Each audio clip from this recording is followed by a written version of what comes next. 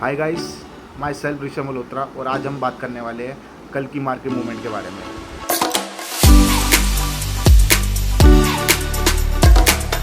जैसे कि Friday night को सारे foreign index, Nasdaq, French index, German index सारे 3% बढ़ के बंद हुए हैं। तो कल भी हम 2 to 3% की मूवमेंट आराम से देख सकते हैं निफ्टी इंडेक्स के अंदर। तो अब हम बात करने वाले हैं कौन सा सेक्टर अच्छी तरह मूव करेगा और कौन से स्टॉक हमें पैसा बना सकते हैं। तो बेसिकली जो भी आज मैं ट्रेडिंग की बात करूंगा, ये 2 to 3 डेज़ की ट्रेडिंग के बारे में बात करूंगा। तो बेसिकली पहले हम बात करना चाहेंगे banking sector. Keep your eyes on banking sector. तो बैंकिंग सेक्टर में सबसे मेजर स्टॉक है बंधन बैंक, क्योंकि बंधन बैंक 247 पे ट्रेड कर रहा है और उसमें इतनी अच्छी मूवमेंट नहीं आई जितनी अभी बाकी स्टॉक्स के अंदर आ चुकी है बैंकिंग सेक्टर में।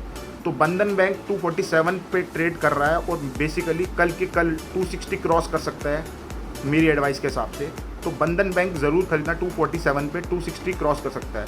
दूसरा बैंक है हमारा इंडसइंड बैंक। इंडसइंड बैंक और रॉयल बैंक ऑफ लंदन, ये बेसिकली डिपेंड होते हैं यूरोपियन मार्केट पे, और यूरोपियन मार्केट 3 to 3.5% बढ़ी हुई है फ्राइडे नाइट को। तो उसका इफेक्ट मंडे को आने वाला है। तो इंडसइंड बैंक पे बहुत अच्छी रन दिखने वाली है आपको, तो इंडसइंड बैंक को ज़रूर खरीदना। मेरी बेस्ट एडवाइस इंडसइंड बैंक में बैंकिंग सेक्टर में रहेगी, क्योंकि उसमें बहुत रन आ सकती है। और royal bank of London basically penny stock है, पेनी स्टॉक तो नहीं बोलूँगा, बहुत लो एवरेज स्टॉक है। तो उसको आप खरीद तो सकते हैं, मगर उसमें मूवमेंट आएगी, मगर बेसिकली मैं इतना रिकॉग्नाइज़ नहीं करूँगा, मगर आप खरीद सकते हैं। वो भी बहुत अच्छा स्टॉक है। अगर कम दाम में आपको कोई स्टॉक खरीदना है तो उसके लिए रॉयल बैंक ऑफ लंदन बहुत अच्छा ऑप्शन है। 126 पे ट्रेड कर रहा है, बहुत अच्छा ऑप्शन है, आप ले सकते हैं रॉयल बैंक ऑफ लंदन को भी। मगर इंडसइंड बैंक सबसे अच्छा मूव कर सकता है कल का, क्योंकि उसकी वॉलिडिटी बहुत ज़्यादा है और बंधन बैंक की वॉलिडिटी बहुत ज़्यादा है। तो बिग रन में ये बहुत अच्छे ऑप्शन हो सकते हैं। और अब हम दूसरे सेक्टर पे जाना चाहेंगे कल के बारे में, वो जाएंगे अब आईटी सेक्टर में। आईटी सेक्टर में बेसिकली अमेरिकन काम सबसे ज़्यादा विप्रो और टीसीएस के पास है।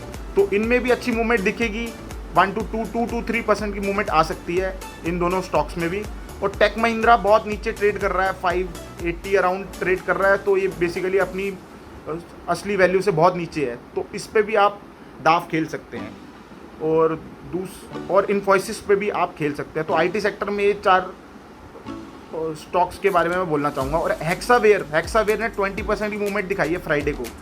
तो अब कल मूवमेंट आएगी तो हेक्सावेयर बहुत ज़्यादा भी हो सकता है। तो डाइसी स्टॉक है, रिस्क टेकर के लिए बहुत अच्छा स्टॉक है हेक्साकेयर, और उस पर आप पैसा लगा सकते हैं। 20% की मूवमेंट आई थी फ्राइडे को और कल आईटी सेक्टर मूव करने वाला है, तो आप उस पर ज़रूर पैसा लगाएं। उस पर पैसा लगा सकते हैं सारे रिस्क टेकर, बट रिस्क एवर्सर के लिए वो स्टॉक बिल्कुल भी नहीं है, क्योंकि 20% मूवमेंट आ चुकी है फ्राइडे को। अब हम जाते हैं फार्मा सेक्टर की ओर। फार्मा सेक्टर में बेसिकली आपने बहुत बड़ी रन देख चुके हैं अभी तक, मगर अभी रन आनी बाकी है फार्मा सेक्टर में, और कल भी मूव करेगा फार्मा सेक्टर। फार्मा सेक्टर का मेजर स्टॉक बताने वाला, लिख लो कहीं पे, मेजर स्टॉक बताने वाला हूँ आज। जादुई स्टॉक है अपना डिविस लैब। डिविस लैब का year two year quarterly result, पिछली बार का मार्च का और इस बार की मार्च का बहुत बड़ा फर्क आया है। $2.9 बिलियन था पिछली बारी, और इस बारी $3.91 बिलियन का रिजल्ट आया है प्रॉफिट का। तो उसमें मेजर मूवमेंट आने वाली है कल डिविस लैब के अंदर। और ईयरली रिजल्ट भी 12.6 से 13.91 बंद हुआ है।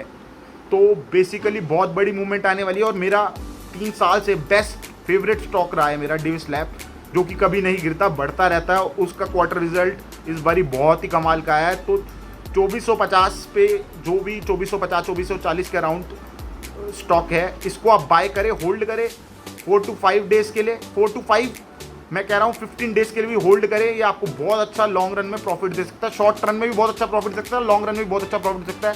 ये जादुई स्टॉक है, इसको आप कंटेन कर सकते हैं बहुत लंबे टाइम तक। ये इन्वेस्टिंग स्टॉक भी है, ट्रेडिंग स्टॉक भी है, ये कमाल स्टॉक है। डिविस लैब तो मेरा मेजर स्टॉक है। आप ज़रूर फार्मा सेक्टर में डिविस लैब पे अपनी आइज़ रखें। और दूसरा स्टॉक मैं बताना चाहूँगा ऑरो फार्मा। ऑरो फार्मा के पास सबसे ज़्यादा फॉरेन मार्केट की मेडिसिन का काम है, तो ऑरो फार्मा भी बहुत ज़्यादा मूव कर सकता है कल के ट्रेड में, क्योंकि फॉरेन मार्केट सारी अपर ट्रेंड में चल रही है। तो ऑरो फार्मा में आइज़ रखे और डिविस लैब पे आइज़ रखे।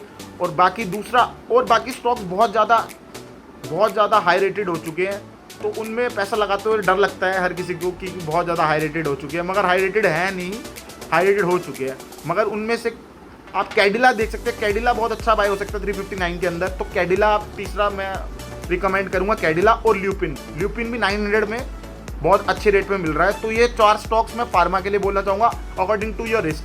मगर डिविस लैब पे जरूर आइज रखिए। डिविस लैब महंगा स्टॉक है 2400, मगर महंगा बिल्कुल नहीं है, बहुत अच्छा स्टॉक है। It can go up to 3200 within 4 months और 5 मंथ्स। तो आप ज़रूर अपनी विद इन 4 मंथ्स तो बहुत ज़्यादा बोल रहा हूँ, विद इन 3 मंथ्स 2-3 मंथ्स में भी जा सकता है 3200, जो कि बहुत बड़ी मूवमेंट होगी 30 to 35% की। तो आप डिविस लैब में भी ज़रूर आई रखिए। तो बेसिकली मेरी रिकमेंडेशन 3 सेक्टर की है, बैंकिंग सेक्टर, आईटी सेक्टर और फार्मा सेक्टर कल की। मेटेलिक सेक्टर के बारे में मैं ये बोलना चाहूँगा, मेटेलिक सेक्टर बेसिकली बहुत कम दाम पे मिल रहा है और वो ग्रो भी बहुत धीरे धीरे करेगा। मगर उसके अंदर मैं आपको एक स्टॉक वेदांता लिमिटेड आप खरीद सकते हो, क्योंकि वेदांता लिमिटेड बहुत कम दाम पे 105 रुपये में मिल रहा है, बहुत सस्ते में मिल रहा है, उसको आप वेदांता लिमिटेड खरीद सकते हो। बाकी सारे स्टॉक मुझे थोड़ी हाई रेटेड लग रहे हैं अभी, तो उसमें कोई बाय मैं रिकमेंड नहीं करूँगा वेदांता के अलावा। वेदांता को आप 105 में फिर भी खरीद सकते हो। वोल्टाइल स्टॉक है तो डिपेंड करता है आपका। मेटेलिक स्टॉक में सिर्फ एक ही स्टॉक में रिकमेंड करूँगा, क्या कहते हैं, Vedanta limited. Okay, so this is my recommendation for tomorrow market. Signing off Rishabh Malhotra. Thank you guys.